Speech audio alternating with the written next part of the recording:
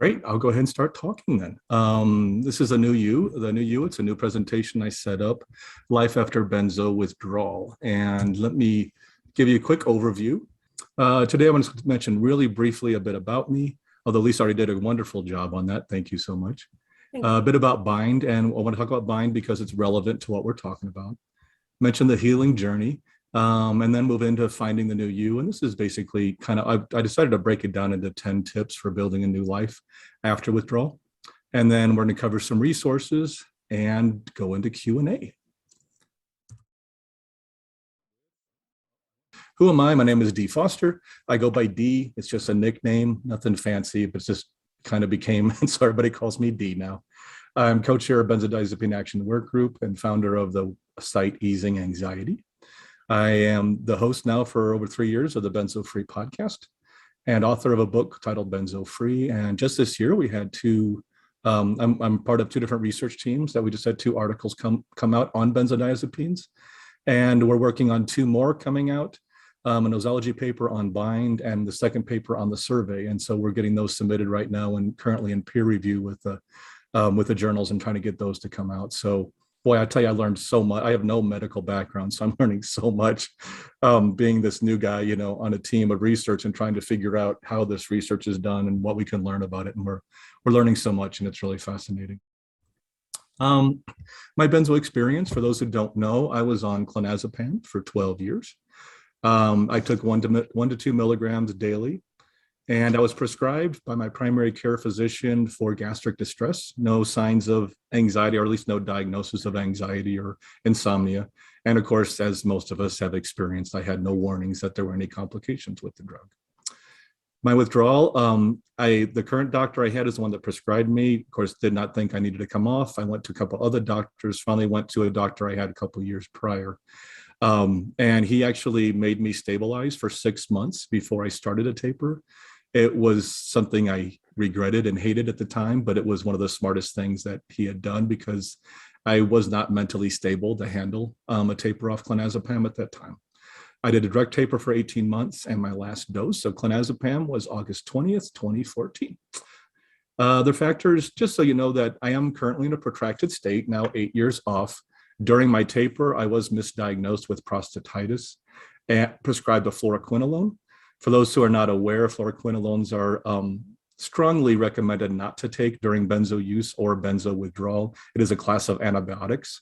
So if you do get prescribed antibiotics, I do recommend, and this is not medical, of course, but that you talk with your doctor and see if there's an alternative that is not in the fluoroquinolone class. They are under a black box warning by the FDA alone, even without benzos in the mix, that can cause permanent neuropathy. So you combine that with the benzo withdrawal, and it really creates a difficult situation. I also suffer from moderate to severe ADHD.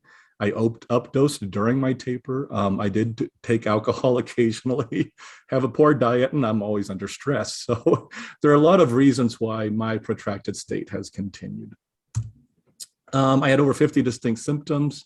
You can see them listed here: extreme anxiety, cognitive dysfunction. They go on and on. I'm not going to read them all to you right now, but I was disabled and bedridden during my acute phase, lost several relationships, lost my career. I had 2 careers, one in IT and one in film, and both those, especially the IT, I'm no longer able to do anymore. Lost my freedom, lost my self-esteem, and my life as I knew it at the time. Like I said, I'm 8 years off benzo free, and I still have some daily symptoms and limitations, but as I mentioned earlier, there could be other causes to that. It might not just be benzo withdrawal. Let's talk a bit about Bind. That's me. So Bind is a term that is new. For some of you, you may have never heard of this before, and I totally understand that. It's a term we are trying to promote. I mean me and some other groups from the Alliance for Benzodiazepine Best Practices and Benzodiazepine Information Coalition, who I work with regularly, we're trying to promote this term to hopefully become a new term for what we're going through. Let me give you a bit of background. First of all, benzodiazepine use in the US adults, 85% of people who take benzodiazepines do so as prescribed. Many of you already knew this. Only 1% of that group of people who take benzodiazepines possibly have a use disorder. And when I say use disorder, I'm saying substance use disorder, which is the new term for addiction. So as we do talk about addiction to opioids and other prescription medications, we prefer to use substance use disorder moving forward. So that's the terminology, but you can think addiction if that's what you're familiar with. But only 1% of people on benzos really have any complications dealing with addiction. As we know, most of the issues we deal with is physical dependence. Some people withdraw from long-term benzo use. Many of you know this, with little or no problem. The estimates vary greatly from 15 to 44% of long-term users experience protracted symptoms. When I do say long-term users, it can be anybody beyond 2 weeks. Can be a long-term user. We're not really including people who are PRN, meaning they just take it occasionally, once a week or once a month or something, but they can also have complications, and we've seen that. Many people, as most of you know, have suffered with the symptoms and have no idea what was causing them, and that's something we're still trying to address. Two aspects are highly underestimated: the severity of withdrawal and the duration of withdrawal. And I think any of you who have been through this, or I noticed I met somebody here, anybody who's a caregiver of somebody who's been through that, realizes that those are two things that the medical establishment and most people in our lives really don't understand what this is like based on severity and duration. Shirley Trickett, this is way back. I have this one in my book, and I just like this quote here. She's with the Journal of Royal College of General Practitioners in the UK. She stated that many users have to cope not only with a frightening range of symptoms, but also with the disbelief and hostility of their doctors and families. Even when doctors are concerned and understand the problem, they often have little knowledge of withdrawal procedure and even less about treatment. I think many of us can relate to that and have been through something very similar. Most of you are probably familiar. In 2020, we had the FDA black box warning. This was the second black box warning on benzos that came out. What was great about this is that this second one actually identified physical dependence as a complication. Now we can move forward and really try to educate. The analysis we've been doing with these research teams have noticed something distinct, and this is brand new. We are just now seeing this, and I think it's really it's kind of groundbreaking. We're seeing two different things going on here with long-term benzo use. We've been calling this withdrawal for a long time. An acute withdrawal, when you're dealing with other medications, is usually lasts 10 to 28 days. It's only about a month long, and it's the process of removal of any residual of the medication from the body. Typical symptoms during this phase are seizures, tremors, hallucinations, and sometimes these can be life-threatening for people if they don't get some extra help. And this is what we've learned physicians have been trained to look for. Somebody also often will go to the doctors and say, hey, why don't you recognize that this is part of physical dependence? Well, those long lists of symptoms we talk about, they have nothing to do with what they're trying to look for. There's this protracted condition that many of us know about. Symptoms can last for months, even years. It's likely due to neuroadaptive or neurotoxic changes within the body, and these symptoms can vary significantly. I don't know if this graphic will come across well, but we'll find out. How many symptoms have been attributed to benzodiazepine withdrawal? Well, I think we all know there's a lot of them, and I don't know if this is coming through over line, but it'll stop here in a second. But each one of these rows is about 20 symptoms that's coming through on the screen. So we have over 100 symptoms listed on this one slide, and this is actually from Benzodiazepine Information Coalition's list on their website of symptoms that have been attributed to physical dependence of benzo. We know there's a long list, but we kind of categorize them. One thing we did was try to break them into psychological and physical symptoms. So basically we came up with 6 categories: anxiety, behavioral, cognitive, excitability, perception, sleeping, and social. 7 under psychological, and you can see some of the symptoms that are listed underneath this. And then of course we have primary physical symptoms, and we broke these down to abdominal and gastrointestinal, eyes, ears, and nose and mouth, head and neck, heart and lungs, muscular, nerve sensations, and immune and endocrine symptoms. This was a way for us to categorize. And actually, I modified this from the Ashton manual to develop this, and we're now starting to use this breakdown in some of the literature we're working with. But terminology matters, and this is getting back to bind, and then we'll move on to a new you. Common names for protracted condition. This is what many of you probably have heard and dealt with. We've heard persistent prolonged withdrawal syndrome, benzodiazepine withdrawal syndrome. That's what I used throughout my book, and that's what we call this. Pause, post-acute withdrawal syndrome. Many of you have heard that term and have seen that. Benzo injury syndrome, protracted withdrawal, benzo brain injury, neurotoxicity, the list goes on and on. But terminology matters. This is confusing to a lot of people because we call it different things. This is a term that we came up with just recently. It's actually still unpublished, but we've started to promote it within our groups. And it is benzodiazepine-induced neurological dysfunction, or BIND. This was done by a group of about 20 or 30 medical professionals on a team. We were all working together, reviewing different ideas. And trust me, there were a lot of different ideas that were proposed on this. We went round and around and around, trying to bring it down to a term. The definition of it is BIND is a constellation of functionally limiting neurologic symptoms, both physical and psychological, like we just pointed out, that are the consequence of neuroadaptation and or neurotoxicity to benzodiazepine exposure. These symptoms may begin while taking or tapering benzodiazepines and can persist for weeks, months, or even years after discontinuation. I think if you kind of review that, you feel like that hits a lot of what we've been going through. But I wanted to identify this term because for the rest of the presentation, I will be using BIND because it's a term I'm trying to use more often and we're trying to promote. It's kind of funny the way this stuff works in the medical community. Some of you maybe have more medical background than I do. I'm just learning, but we're trying to get it more recognized. And I'll often, when I write now, I'll say BIND, and then often in parentheses, I'll say protracted withdrawal just to make sure people can understand the two. So let's move into the healing journey. And this came off from my own personal experience, of course, but also through the Benzo Free Podcast. I have worked directly with over 700 people now and had correspondence with them and learned so much from the people who write in. And I'm very grateful to them for writing into me with their questions and comments and all the things I pick up from them. So they're a big part of this. I just wanted to say that.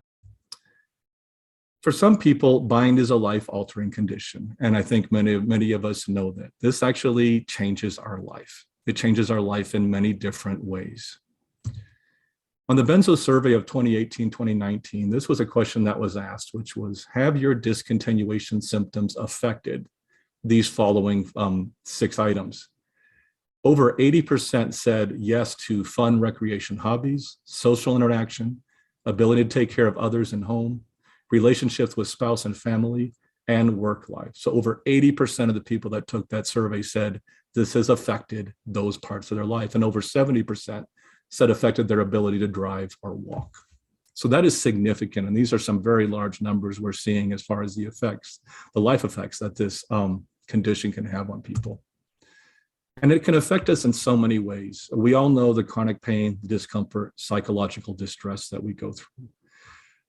The career financial hardship. Many of us have lost jobs, lost income, loss of insurance, healthcare costs, relationships and family. Many people I know have lost marriages, have lost custody, divorce, criminal system have been tied in with aggravation and aggressiveness. Disability and mobility, driving and transportation is difficult, loss of independence.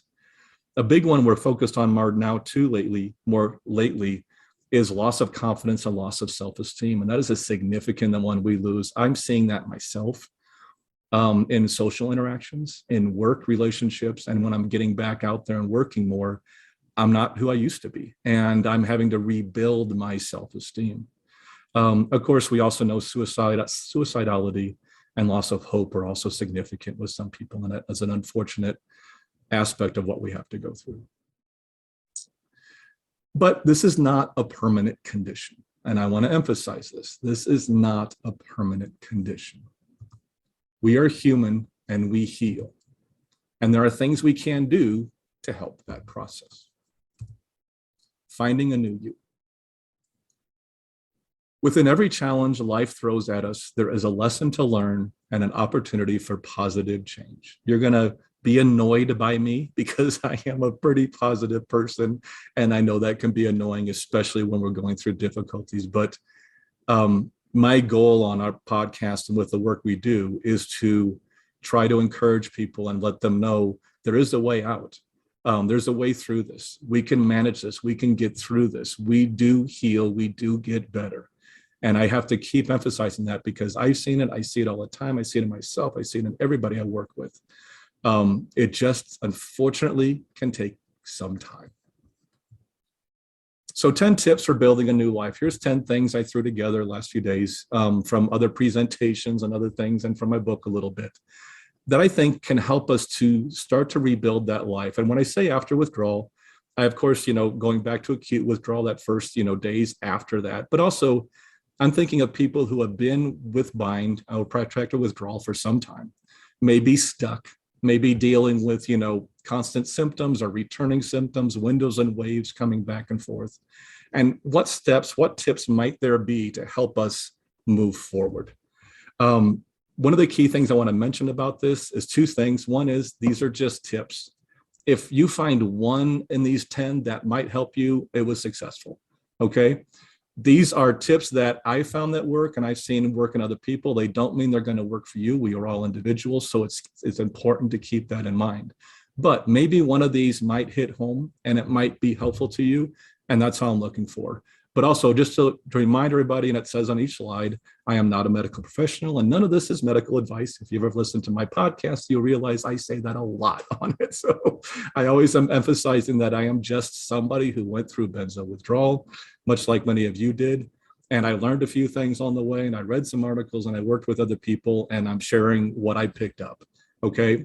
Some of it may help you, some of it may not. But let's see what we got here. Number one, it's your journey. Everyone is different in benzo withdrawal. Honestly, I think few rules in bind or benzo withdrawal have proved more accurate over the years. Each of our journey is different, and that's important to keep in mind because so many times we see somebody else's journey or we read about somebody else's journey and we think that's gonna be me. We need to find our own way. Someone else's story is not gonna be your story. So that's a good reason to be have caution with online groups, the discussion groups where you might read more horror stories. Remember, nobody gets on there and posts a story about coming off of benzos in 1 week with no problems. Nobody posts those because why would they? They've moved on. They're not part of a discussion group. They're not part of a help group. There are a lot of people who come off benzos with little difficulty, or maybe even with a few months, but most of them don't post. Those of us who post are the ones who are having real trouble. So it is a disproportionate group of people. It's important to realize the horror stories are specific people who are having a very difficult time, but it doesn't mean it's going to be you. Okay. And also trial and error. Your journey, you have to find what works for you. I can't say this enough, but so often we think this supplement or this treatment or this exercise or this diet is going to be that panacea.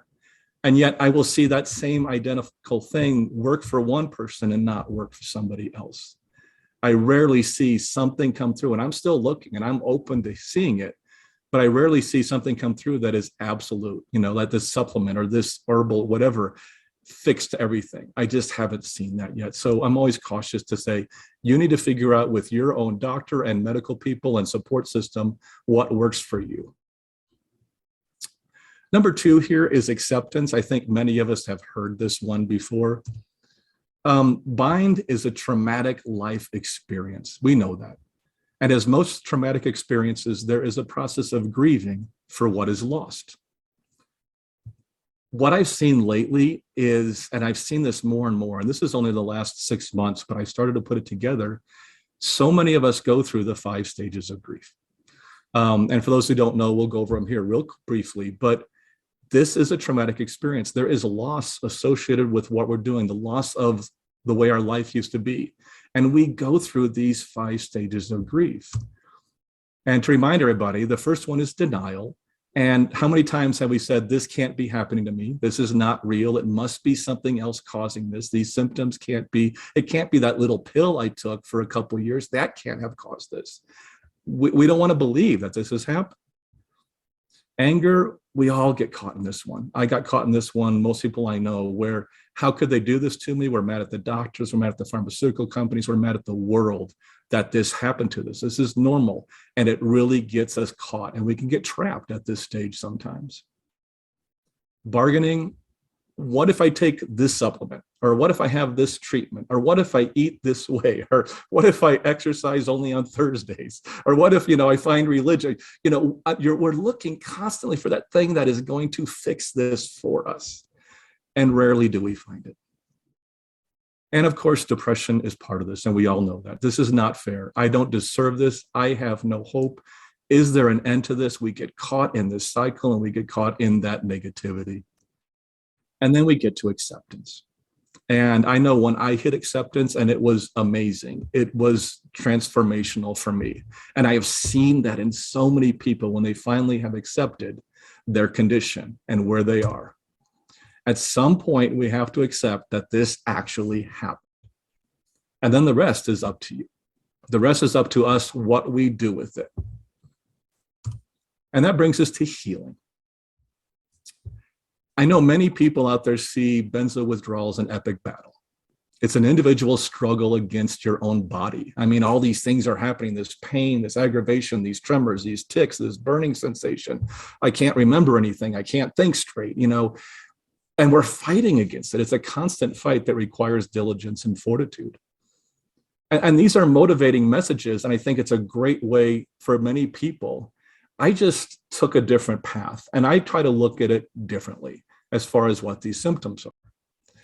All the symptoms we experience in benzo withdrawal and bind are simply signs of healing. It's our body healing. Bind is a process of healing. It's a physiological process of homeostasis. It's the act of the body returning to a state of equilibrium. Unfortunately, it's a very long process, as most of us know. It's your nervous system trying to right itself. It's a slow process, but it's a positive one. I focus on my podcast a lot about trying to support this process and trying to work in harmony with your body to support that healing. And I've used visualization techniques with some success of seeing our symptoms as signs of healing. It's amazing when I get akathisia at night. I'm sitting in the chair watching TV with my wife, and it kicks in, and I want to get up and move, and I want to go do something, when really what I want to do is sit there and relax, but I can't. And my body's just starting to, rev up. And I get angry, and I get frustrated, and I get mad. And I know that's that typical pattern. When I visualize healing, I think, no, okay, I can see my GABA receptors, I can see my central nervous system, I can see my mitochondria. They're just working through some of this crap they still have, some of this bad programming they still have. They're just trying to work out the kinks. And this is a symptom I get from it. And when I have tinnitus or I have something going on, and I think of it as healing, that it's my body working through the process of healing, they don't get as bad. I have a little less severity of my symptoms because I'm not adding anxiety and fear and anger to the mix. I'm just saying, okay, so there's my tinnitus again right now. I have a piercing sound. I know it will go away in a little bit. Here's my akathisia. I'm going to go downstairs and play my drum set. That's what I do. I work it out for half an hour. I come back up. I'm fine. Okay. We have processes. We have ways to get through this. For me, seeing it as healing is a big win, and it really has helped me and helped some of the people I've been working with. Number 4 is to move forward. One of the most common questions asked for me about bind is, when will I get back to normal? I think we've all asked this. I hear this all the time. I've asked it many times myself. But what is normal? We want to return to our old selves, and I get that. We want what was taken away from us. We want to be healthy again and normal again. And that wish is often absolute. And this is what I see. It's like we can't be happy until we are 100% healed. I can't tell you the amount of times the people I kind of had 80 or 90% healed. They got everything but this, but they can't be happy yet because this hasn't been fixed yet. And we get trapped in the all or nothing thinking. I still have symptoms, and I'm relatively happy. We are human, we change. Forget about benzo use. Just look back on your life 5, 10, 20 years. Are you the same person you were then? We change. Even without benzos, we would have changed. So why look back at who we were instead of looking forward? And one of the focuses I try to say is, let's find those positive takes on this. This was an interesting one for me, and it's lowering the bar of happiness. I know it sounds negative, but it worked well for me. I think we all know life is so fast these days. It's constantly seeking something better. One of the greatest gifts I got from Bind was what I call lowering the bar of expectations. What makes us happy is all about perspective. What if it took less to make you happy, content, and have meaning? Then we wouldn't need all those things we can't do anymore, or that we used to do, or that we want to do. I find joy now in little things that I just didn't pay any attention to. This process kind of broke me down and rebuilt me. And now I find joy in all these tiny things that happen day in and day out through my life. I found a slower, simpler pace of life, and a much happier one too. I changed my perspective as how I see the world, and it's made a huge change for me. Number 5 is seek support. We all know that support is helpful for this. I can't tell you the number of people I've worked with who are completely isolated in benzo withdrawal and afraid and don't have any. And the only person they turn to help is me, or of course, Benzo Warrior or BIC or some group out there trying to find our benzo buddies. And they're just looking for that connection because they have nobody else. And those people are the ones that I feel the most for, because this is something that takes a team effort. Bind can be very isolating. We need support now more than ever. And building your support team is something that takes, practice. Now, many of you have already done that. You already have that in place. But it's good to also make sure that you maintain it. One thing that's so easy for us to do is to get caught up in our own misery, caught up in our own story, that we forget to just add a little appreciation for those caregivers, for those people who have been taking care of us. We need them. We want them to hang around. Being cautious of how you respond to the loved ones and people around you is something that's important to do. You can't always control it. I know that. But if you spend a little time on that, it can be very helpful. And also with the people that are helping you, whether they're therapists or doctors, having somebody benzo-wise is nice. And by benzo-wise, I mean somebody who knows about physical dependence, how to taper, and how to work with things. But it's really hard to come by, not only in doctors, but especially in therapists. It's not necessary if you know it, and you can work with a doctor or a therapist who believes you and is willing to work with you. You can educate them. I've done that many times on my process. And I've not worked with one doctor or one therapist yet who knew what I knew. And I educated them, but they cared about me and they're willing to work with me. It's not always easy to find, but what I'm trying to say is it's okay to find someone who's you trust, you feel comfortable with, and you can educate on what you're going through. Number 6 is build a better you.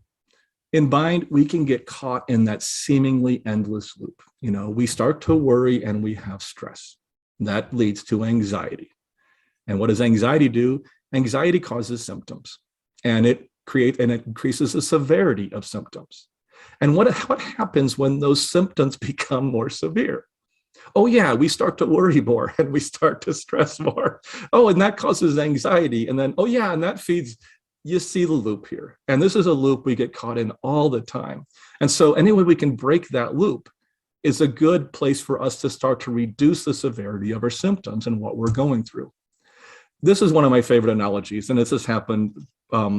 I wrote about this in my book, 5 years ago, and I talk about it all the time, but it's the car analogy. We have 2 chemicals in our bodies that are very relevant to what we're going through. Glutamate revs you up. It's the excitatory neurotransmitter. Okay, it's the one that revs you, gets you going, gets you moving. GABA slows you down. It's the one that calms you. Many of you probably know about this, so I'm not trying to be redundant. And then we got the nice little fast car there. But what if we can't slow down? In Bind, our brakes are malfunctioning. Okay, they're not working like they used to. They've been downregulated over time. They're not receiving the calming message of GABA anymore. And we're not able to calm ourselves. We're able to excite ourselves, but we're not able to calm ourselves. So now what do we do? Well, I see of 2 things that we can really focus on. 1, we can ease off on the gas pedal if we can. And 2, we can go to our clutch, which is gear down on the clutch. And let me talk a little bit about what that means. Number one, easing off on the gas pedal. We all have triggers, especially during withdrawal. Protecting and distracting ourselves from triggers can help us cope, okay? The less we hit the gas pedal, the less severe our symptoms. And sometimes we have to protect ourselves, isolate ourselves, and distract ourselves to get through the very difficult days. But we can also gear down. And when I say gearing down, I'm saying benzos have handled our stress for some time, but now they're gone. We've withdrawn them. They're no longer there helping us calm down. We need to develop other methods of managing our fear and stress, and we need to develop some tools. And that's where I bring in my toolbox. And I talk about the anxiety toolbox. And these are things that most of us know.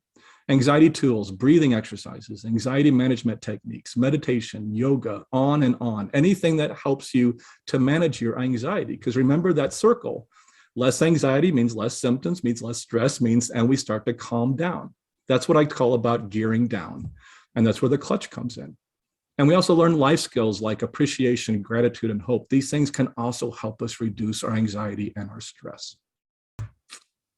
Which brings us to number 7, a body and mind in motion. There are some other things we can do. Few things impede progress more than lack of motion, like this guy here. He's been playing on that porch for a long time, and I don't think he moves much. Bind is hard. It can be overwhelming and all-consuming. Some days we can't leave the house or the bed. We've been there. Healing is very taxing, and many days we can't do much else other than just eat, breathe, pee, and go back to bed, okay? It's a vicious cycle. But unfortunately, inactivity often leads to negativity. The more time we have, the more we have to worry, and the more severe symptoms we have. It's that loop of worrying and stressing over what we're doing. Finding a balance in life is key. So mind in motion. When you can, try to focus on others. Take your mind off your own circumstances. Work if you can. I know many of us can't. I lost my job. I had to drop out of my career. Many of us have had to do that. But if you can work doing something, keeping your mind busy is a key. Find a hobby. Meditate. Meditate is not inactivity. Meditate is actually a specific activity geared towards helping to calm your mind. It's not allowing your mind to run. It's the opposite. It's helping to calm your mind so it doesn't run freely. And body in motion. Exercise if you can. No marathons here. We just start small. A daily walk, a weekly yoga class, even just, I can't tell you the number of times I have gone to the grocery store, and that has become my happy moment for a long time, was getting up and being able to go to the grocery store in the morning. Number 8 is balanced boundaries. Hypersensitivity. The benzo withdrawal experience in one word. We have become hypersensitive physically and psychologically, meaning that our body chemically and through the central nervous system is reacting to everything that hits us in a heightened state, okay? And then we have to deal with that. Well, and part of dealing with that is setting boundaries. Sometimes we got to set physical boundaries. Many people are hypersensitive to sight, sound, touch. Some are hypersensitive to diet, as we've seen with benzo belly and abdominal distension and all those other things. Setting physical boundaries with that is important to help us get through this phase of our healing process while we are so sensitive in that regard. Psychological boundaries. News. I stopped watching news for about 5 years straight. Almost no news because it worked me up too much. I had to totally tune out. Sometimes work is too stressful. Relationships, politics, whatever it is that gets you geared up, that just adds to that anxiety, and it adds to the symptoms, and it adds to everything else. Distraction is a tool that is very common and very helpful in especially the extreme states of bind. And sometimes finding entertainment or books or classes, anything to pull your mind out of that so you're not just focused on how hard things are now, can be helpful. But there's a balance here too. Isolation and distraction are not permanent solutions. They're great for that time, but they are not permanent psychological solutions. As with all things in life, we need to find a balance. At some point, we're going to want to return to the real world. And the more isolated and protected we become, the harder that becomes. So finding that balance is a difficult task, but it's something to keep in mind. Challenging yourselves when able, exposing yourself to difficult situations when you are able and ready to is the way we get back out there again and rejoin life. And I've seen it time after time after time again. We can do that. And we hit that stage when we can do that. It does happen. Number 9, let the good times roll. This is one that I had myself, and I just wanted to share it with you. Have you ever said something to yourself like this? How can I be happy? I still have symptoms. Sure, that felt good, but it won't last. Well, that was a really nice window, but I know there's a wave coming. I can't have happy thoughts. My life sucks. This will never end, and on and on and on. I've had these thoughts nonstop, and I can't tell you the number of times that I would get this little happy moment, in the middle of my depression. And it's like, oh, that felt good. And then my brain kicked in and it said, no. You're in the middle of benzo withdrawal right now. It's really bad. You can't be happy. How screwed up is that? I mean, that's just, when you think about it, it's like, shouldn't you be hanging on to that happy moment as much as you can? I always say is don't block the happy moments. Cling to them, seek them out. They are your lifeline. If you get a little happy moment there, grab onto it, suck it dry, get as much happiness as you can, because that's what's going to counteract that depression. The positive and the negatives. Most of bind is negative. We know that. And it can be hard to see past that. But there are positive elements hidden within it. There are benefits to this protracted withdrawal. We have an opportunity to develop new life skills to improve our life. We got an opportunity to introspection, to look within ourselves and find out who we are. Sometimes we get more time with family or friends, often because we're out of work or we can't leave the house. We get a chance to develop discipline and resilience for dealing with such a difficult process. And we have the opportunity to become a better person or a new you. I want to share with you one personal example here as we kind of start to wind things down. This is my last 18 months, and I want to share it with you just to show you, while I still have symptoms and I'm still in protracted withdrawal, this is where I've gotten to. In the last 18 months, I've lost my mom and my dad to dementia. I lost my dog to cancer. This is hard, sorry. I lost my first 2 cousins to COVID. And I'm saying 2 because the second one is in the hospital right now and probably won't make the week.